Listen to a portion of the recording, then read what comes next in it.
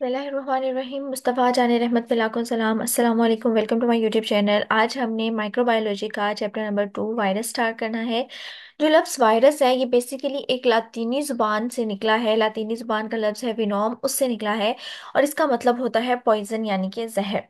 जो वायरसेस होते हैं अगर ये लिविंग बॉडी के अंदर होंगे, किसी जिंदा जानदार के अंदर होंगे, तो ये लिविंग होंगे। लेकिन अगर ये कहीं बाहर किसी नॉन लिविंग थिंग के ऊपर मौजूद होंगे तो ये लिविंग नहीं होंगे। ये अपनी रिप्रोडक्शन नहीं कर पाएंगे, रेप्लिकेशन नहीं कर पाएंगे। लेकिन जैसे ही वायरस किसी लिविंग ऑर्गेनिज्म की बॉडी में चले जाते हैं, जैसे फॉर एग्जांपल अगर ह्यूमन बीइंग की बॉडी में चले जाते हैं, तो वहां पे जाके ये लिविंग बन जाते हैं। ठीक है। तो हम कह सकते हैं कि वायरसेस बेसिकली पार्टिकल्स होते हैं जो बॉडी से बाहर होंगे तो एज अ पार्टिकल बिहेव करेंगे, लेकिन जैसे ही बॉडी के अंदर जाएंगे तो ये as a organism, as a living thing जो है वो बिहेव करेंगे। तो वायरसेस के बारे में कहा जाता है कि ये ऑब्लिगेट इंट्रासेलुलर पैरासाइट्स हैं। पैरासाइट ऐसे जानदार होते हैं जो किसी दूसरे जानदार की बॉडी के ऊपर रहते हैं और उनसे अपनी खुराक हासिल करते हैं और बदले में उन्हें नुकसान पहुंचाते हैं। तो ऑब्लिगेट इंट्रासेलुलर पैरासाइट का मतलब होता है कि ये अपने होस्ट सेल में जाएंगे, तभी ये रेप्लिकेट करेंगे, अपनी जैसे कॉपीज तैयार करेंगे। जब तक ये अपने होस्ट सेल में, होस्ट सेल वो सेल जिसके ऊपर ये जाके रहते हैं, जैसे अगर ह्यूमन बींग्स के अंदर आए तो ह्यूमन बींग इनका होस्ट सेल होंगे। तो होस्ट सेल के अंदर ही ये रेप्लिकेट करते हैं। अगर ये होस्ट सेल के बाहर होंगे तो ये रेप्लिकेट नहीं करेंगे। और जो वायरसेस होते हैं इनकी बॉडी किसी सेल पे मुश्तमिल नहीं होती। जैसे हमने पढ़ा था कि जो बैक्टीरिया होते हैं फॉर एग्जांपल वो सिंगल सेल पे मुश्तमिल होते हैं, एक सेल पे उनकी बॉडी मुश्तमिल होती है, यूनिसेलुलर होते हैं। ह्यूमन बींग्स की मिसाल ले लें तो हम मल्टी सेलर में आते हैं, लेकिन जो वायरसेस होते हैं ना इनकी बॉडी के अंदर कोई सेल मौजूद नहीं होता। और ये इन्फेक्शियस एजेंट होते हैं, यानी ये इन्फेक्शन कॉज करवाते हैं मुख्तलिफ किस्म का। हाँ, वायरस के अंदर कोई सेल पे इनकी बॉडी मुश्तमिल नहीं होती, लेकिन इनकी बॉडी के अंदर आरएनए और डीएनए मौजूद होता है। ठीक है। या आरएनए मौजूद होगा इनकी बॉडी के अंदर, या इनकी बॉडी के अंदर डीएनए मौजूद होगा। और इनके पास इनकी अपनी कोई मशीनरी नहीं होती जिसकी वजह से ये रिप्रोड्यूस कर सकें। इसलिए जब ये बॉडी से बाहर होते हैं, चूंकि इनके पास सेल भी नहीं होता और अपनी कोई मशीनरी भी नहीं होती, तो ये बॉडी से बाहर रेप्लिकेट नहीं कर सकते, रिप्रोड्यूस नहीं कर सकते। लेकिन जैसे ही बॉडी के अंदर जाते हैं तो वहां पे जाके ये रिप्रोडक्शन स्टार्ट कर देते हैं। नेक्स्ट, वायरसेस के कुछ करेक्टरिस्टिक्स होते हैं, कुछ खसूसियात होती हैं जिसकी वजह से ये दूसरे ऑर्गेनिज्म से डिफरेंट होते हैं। सबसे पहली खसूसियत तो इसकी ये होती है कि हमारे पास जितने भी लिविंग ऑर्गेनिजम्स हैं, चाहे वो प्लांट्स हैं, चाहे वो एनिमल्स हैं, चाहे वो ह्यूमन बींग्स हैं, चाहे वो माइक्रो ऑर्गेनिजम्स हैं, उन सब की बॉडी सेल के ऊपर मुश्तमिल होती है। लेकिन वायरसेस ऐसे जानदार होते हैं, या कह लें ऐसे पार्टिकल्स होते हैं जिनकी बॉडी में कोई सेल नहीं होता। हाँ, इनकी बॉडी के अंदर जीनोम मौजूद होता है। जीनोम क्या होता है? जेनेटिक मटेरियल, या डीएनए होगा या आरएनए मौजूद होगा। और ये रिप्रोड्यूस सिर्फ कहाँ पे करेंगे? लिविंग सेल के अंदर करेंगे। अब जो वायरसेस होते हैं इनकी बॉडी के अंदर इनकी अपनी कोई केमिकल मशीनरी नहीं होती जिसके जरिए से ये रिप्रोड्यूस कर सके। इसलिए ये क्या करते हैं, जब किसी होस्ट सेल के अंदर जाते हैं तो उस होस्ट सेल की बायोसिंथेटिक मशीनरी का इस्तेमाल करते हैं।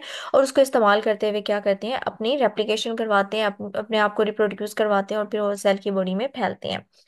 ये जो वायरसेस होते हैं ये एनिमल्स को भी अफेक्ट कर सकते हैं, प्लांट्स को भी इन्फेक्ट कर सकते हैं, ह्यूमन बींग्स को। इवन के जो वायरसेस होते हैं ये बैक्टीरिया को भी इन्फेक्ट कर सकते हैं, बैक्टीरिया में भी इन्फेक्शन कॉज करवा सकते हैं। तो वो वायरसेस जो बैक्टीरिया में इन्फेक्शन कॉज करवाते हैं उस वायरसेस को कहा जाता है बैक्टीरियोफेज। अब बात करते हैं हिस्ट्री ऑफ वायरस के। वायरस जो है वो कैसे पता चला था, वायरस डिस्कवर कैसे हुए थे। तो 1800 की दिहाई के लास्ट तक एक बोटेनिस्ट थे, उन्होंने क्या किया था कि तंबाकू मोज़ेक डिसीज थी उसकी वजह तलाश करने की कोशिश की थी, कि जो तंबाकू का प्लांट होता है उसके ऊपर छोटे छोटे से स्पॉट्स से बन जाते हैं, जो तंबाकू के प्लांट की बीमारी होती है तंबाकू मोज़ेक डिसीज। तो बोटेनिस्ट ने क्या किया था, उसकी वजह तलाश करने की कोशिश की थी। फिर 1892 में एक साइंटिस्ट था डी इवानोस्की, उसने जो इन्फेक्टेड तंबाकू का प्लांट था उसको स्टडी करने की कोशिश की थी। उसने क्या किया था, उसको फिल्टर किया था और उसे जब माइक्रोस्कोप के नीचे स्टडी किया तो उसने देखा कि ये जो माइक्रोस्कोप के नीचे जो उसे ऑर्गेनिजम्स नजर आ रहे थे उसका साइज बैक्टीरिया से भी छोटा था। उस वक्त तक 1892 तक वायरस डिस्कवर नहीं हुए थे, लेकिन बैक्टीरिया डिस्कवर हुए थे। तो जिससे तब ये बात जाहिर हुई थी कि ये जो तंबाकू मोज़ेक डिसीज है इसकी वजह कोई बैक्टीरिया नहीं है, क्योंकि ये ऐसे जानदार थे जो बैक्टीरिया से भी छोटे थे। तो 1892 के बाद फिर जो है ये वायरस डिस्कवर हुए थे, तंबाकू मोज़ेक वायरस फिर डिस्कवर हुआ था। स्ट्रक्चर ऑफ वायरस की बात करें तो वायरस के तीन मेन कंपोनेंट्स होते हैं। कुछ वायरसेस होते हैं उनमें दो होते हैं, जिनोम और कैप्सिड। और कुछ ऐसे होते हैं जिनमें उनकी कैप्सिड के बाहर इन्वेलप भी मौजूद होता है। तो सबसे पहले बात करते हैं जिनोम की। जिनोम कहते हैं हम जेनेटिक मटेरियल को। यानी कि अब वायरसेस के पास ये जिनोम दो तरह का होता है, या डीएनए या आरएनए। अगर तो वायरस के अंदर डीएनए मौजूद होगा तो उस वायरस को हम डीएनए वायरस कहेंगे, और अगर वायरस के अंदर आरएनए मौजूद होगा तो उस वायरस को हम आरएनए वायरस कहेंगे। ये वायरल जीनोम जो है वो वायरस की बॉडी के सेंटर में पाया जाता है। ठीक है। तो डीएनए वायरस के बारे में उन्होंने कहा है कि जो डीएनए का ऐसे वायरस का जो न्यूक्लिक एसिड होता है वो डबल स्ट्रैंडेड होता है, या ये लीनियर होगा या ये सर्कुलर फॉर्म में होगा। और जो आरएनए वायरस का न्यूक्लिक एसिड होता है वो सिंगल स्ट्रैंडेड होता है। नेक्स्ट बात करते हैं कैप्सिड की। तो कैप्सिड बेसिकली एक शेल होता है जो हमारे जीनोम के, जो वायरसेस के जीनोम के आसपास मौजूद होता है, उसे कहा जाता है कैप्सिड। ये कैप्सिड एक प्रोटीन से मिलकर बना होता है, उस प्रोटीन को कहा जाता है कैप्सोमेयर। इस कैप्सिड का काम होता है कि एक तो जो जीनोम सेंटर में मौजूद है वायरस की बॉडी के, जो डीएनए या आरएनए मौजूद है, इसने एक तो उसकी प्रोटेक्शन करनी होती है और दूसरा उस वायरस को एक स्पेसिफिक शेप देनी होती है। ठीक है। जैसे फॉर एग्जांपल इन डायग्राम में देखा जाए तो सेंटर में बिल्कुल क्या मौजूद है, पहली डायग्राम में डीएनए मौजूद है, और इस डीएनए के आसपास ये जो बेंजीन शेप का स्ट्रक्चर बना हुआ है ये क्या होता है, कैप्सिड होता है। और ये किसका बना होता है, प्रोटीन का बना होता है। ठीक है। यहाँ पे भी अगर डायग्राम में देखा जाए तो दरमियान में बिल्कुल पहली जो डायग्राम है उसके बिल्कुल सेंटर में जहाँ पे ब्लू से कलर की दो कर्व से शो हुए हैं वो डीएनए होता है, और डीएनए के आसपास जो जिग्स सॉरी बेंजीन की शेप का स्ट्रक्चर है उसे कहा जाता है कैप्सिड। अच्छा, कैप्सिड के बाहर एक और उन्होंने लेयर सी शो करवाई हुई है, वो होता है बेसिकली इन्वेलप। इन्वेलप कुछ वायरसेस में होता है, कुछ वायरसेस में नहीं होता। तो उसके बाद आती है हमारे पास न्यूक्लियोकैप्सिड। न्यूक्लियोकैप्सिड जिनोम और कैप्सिड को मिला के इन दोनों को कलेक्टिवली कहा जाता है न्यूक्लियोकैप्सिड। यानी ये जो डायग्राम में सेंटर वाला जो पोर्शन है जिसमें कैप्सिड और डीएनए है, इस पोर्शन को कहा जाता है न्यूक्लियोकैप्सिड। नेक्स्ट हमारे पास बात करते हैं हम एनवेलप की। एनवेलप बेसिकली बाज वायरसेस ऐसे होते हैं जिनमें उनके कैप्सिड जो है होती है। बेसिकली कैप्सिड क्या होता है कि डीएनए या जीनोम के आसपास जो कवरिंग होती है, जो शेल होता है, उसे कैप्सिड कहते हैं। बाज औकात कुछ वायरसेस में इस कैप्सिड के बाहर भी एक मेम्ब्रेन मौजूद होती है, वो फ्लेक्सिबल सी मेम्ब्रेन होती है, उसे कहा जाता है एनवेलप। ये एनवेलप लिपिड और प्रोटीन से बनी होती है। ठीक है। और इसके अलावा इसमें इसके ऊपर कुछ प्रोजेक्शन से कुछ आउटग्रोथ मौजूद होती हैं इस एनवेलप के अंदर, जिन्हें स्पाइक्स कहा जाता है। इन स्पाइक्स का काम होता है, इसके अंदर कुछ एंजाइम्स मौजूद होते हैं, और वो एंजाइम्स क्या करते हैं कि वायरस को बैक्टीरिया की बॉडी के साथ अटैचमेंट में हेल्प करते हैं। जैसे फॉर एग्जांपल ये डायग्राम में अगर देखा जाए तो जो सबसे आउटर लेयर है वो किसकी है, एनवेलप की। और एनवेलप के बाहर के साइड पे कुछ आउटग्रोथ बनी हुई है, वो क्या होते हैं, स्पाइक्स होते हैं। अगर इस डायग्राम में भी देखा जाए तो ये बाहर की साइड पे जो सबसे आउटर होल होता है ये किसका होता है, एनवेलप का। और इस एनवेलप के ऊपर जो ऑरेंज और पिंक से कलर की जो बनी हुई है वो बेसिकली क्या होती हैं, वो इसके स्पाइक्स मौजूद होते हैं इसके ऊपर, जो अटैचमेंट का काम करती हैं। और अगर इस डायग्राम में देखा जाए तो यहाँ पे जो पहली वाली डायग्राम है इसके आसपास पहला जो वायरस है जिसके ऊपर लिखा हुआ है नॉन इन्वेलप्ड वायरस, इस वायरस में कैप्सिड और डीएनए मौजूद है लेकिन इन्वेलप मौजूद नहीं है। लेकिन जो दूसरी डायग्राम है जिसके ऊपर इन्वेलप्ड वायरस लिखा हुआ है उसके बिल्कुल सेंटर में मौजूद है जिनोम। जिनोम के आसपास होता है कैप्सिड, और कैप्सिड के बाहर जो लेयर मौजूद है वो होती है एनवेलप की। और एनवेलप से ये जो आउटग्रोथ से निकली हुई है ये होती है उसकी स्पाइक्स होती हैं, जिसके अंदर एंजाइम्स मौजूद होते हैं, और ये किसी होस्ट सेल के साथ अटैचमेंट का काम देते हैं। नेक्स्ट उसके बाद हमारे पास आते हैं वायरियन, वायरॉइड और कुछ पायरॉन डेफिनेशंस आती हैं। वायरियन कहते हैं एक कंप्लीट वायरस पार्टिकल को। अब यहाँ पे लफ्ज इस्तेमाल हो रहा है पार्टिकल का, नॉट माइक्रो ऑर्गेनिजम्स। यानी वायरॉन एक कंप्लीट वायरस तो होते हैं जिसके पास कैप्सिड भी मौजूद होता है, जिनोम भी मौजूद होता है और एनवेलप भी मौजूद होता है। लेकिन ये जो वायरियन वायरस होते हैं ये बीमारी कोज नहीं करवा सकते, क्योंकि इनके नाम के साथ क्या लिखा हुआ है, कंप्लीट वायरस पार्टिकल। पार्टिकल है यानी ये वायरियन ऐसे पार्टिकल्स होते हैं या ऐसे वायरस होते हैं जो बॉडी के बाहर मौजूद होते हैं।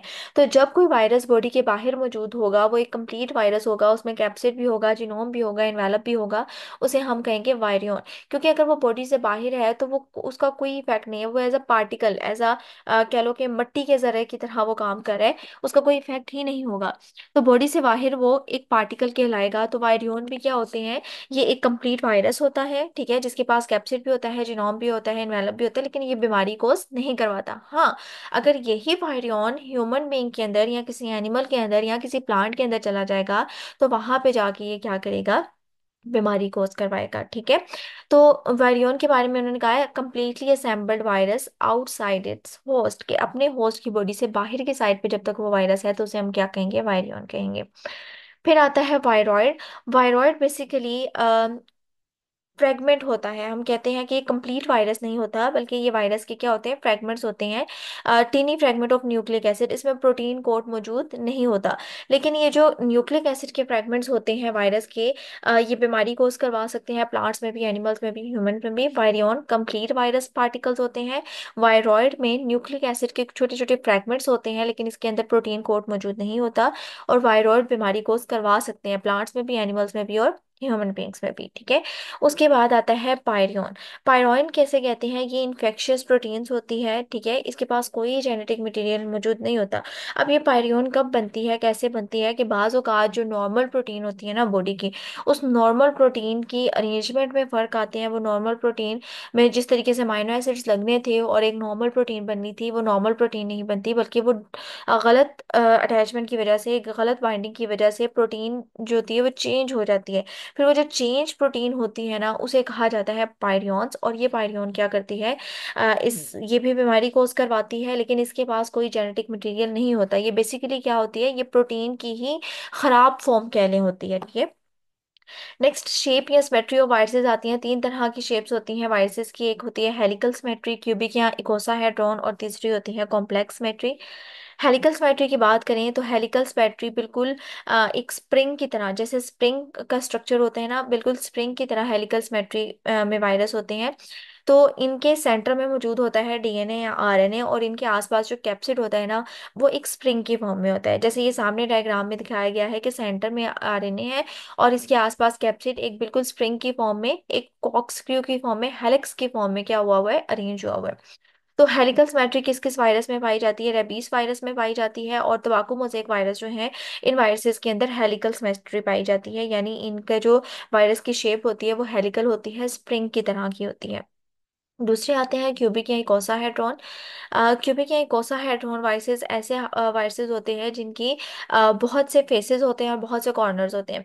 बेसिकली इकोसाहेड्रॉन सिमेट्री के अंदर जो फेसेस होते हैं वो 20 ट्रायंगुलर फेसेस होते हैं और तकरीबन 12 कॉर्नर्स होते हैं। ठीक है। ये जैसे सामने आपको डायग्राम में दिखाया गया है, ये शेप होती है इकोसाहेड्रॉन की, यहाँ से हम क्यूबिक शेप कहते हैं। ठीक है। यहाँ पे जो इसके कॉर्नर्स होते हैं ना, जहाँ से ये स्पाइक्स निकली हुई हैं, ये बेसिकली कॉर्नर्स कितने होते हैं, 12 होते हैं। ये एमसीक्यूज में पूछ लेते होते हैं कि इकोसाहेड्रॉन सिमेट्री के अंदर कितने कॉर्नर्स होते हैं और कितने ट्रायंगुलर फेसेस होते हैं।